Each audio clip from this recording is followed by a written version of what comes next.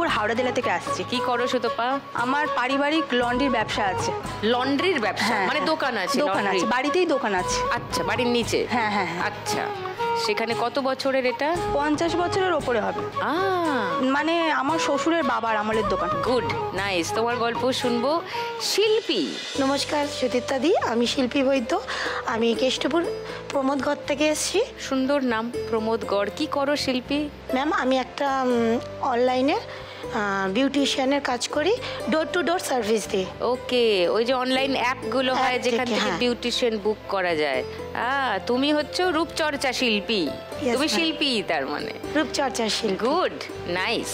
শুনবো তোমার গল্প। ঝুমা।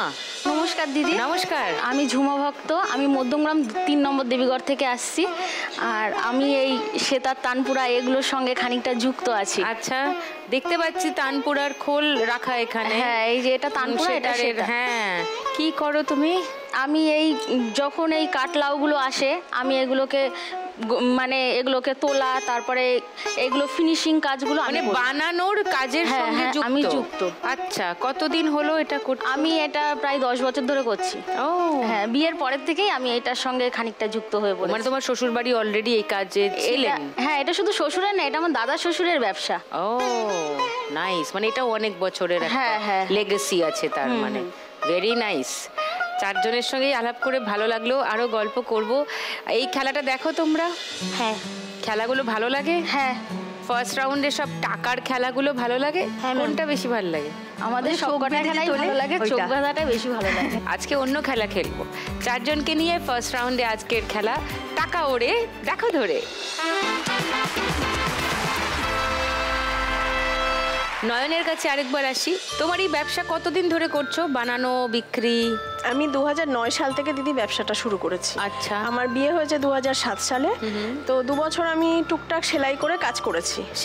সেলাইয়ের কাজ, মানে আমার হাজবেন্ড সামান্য টাকা রোজগার হতো, তো আমি যে ভালোবেসে বিয়ে করেছি, সেজন্য আমাকে তো চলতেই হবে। তো 2009 সালে আমার ছেলে হলো দিদি।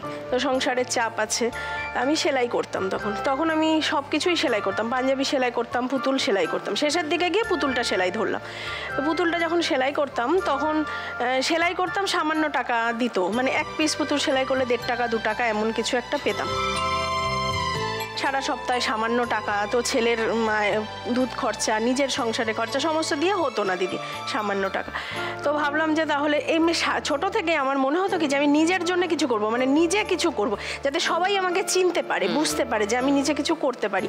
তো তখন আমি ভাবলাম, আমার হাজব্যান্ডকে বললাম তাহলে কি আমি একটা ব্যবসা করব। বলে ব্যবসা কোথা থেকে করবা, টাকাই নেই আমাদের, তো ব্যবসা করতে গেলে টাকাই লাগে দিদি। তো আমি একটা 5000 টাকার লোন নিয়েছিলাম। লোনটা নেওয়ার পরে আমি কাপড় কিনেছিলাম।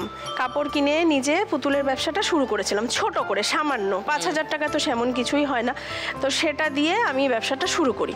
ব্যবসাটা যখন শুরু করলাম তখন তো সামান্য ব্যবসা, তখন নিজেই সেলাই করতাম, অন্যের সেলাইটা ছেড়ে দিয়ে নিজেই সেলাই করতাম। সেলাই করে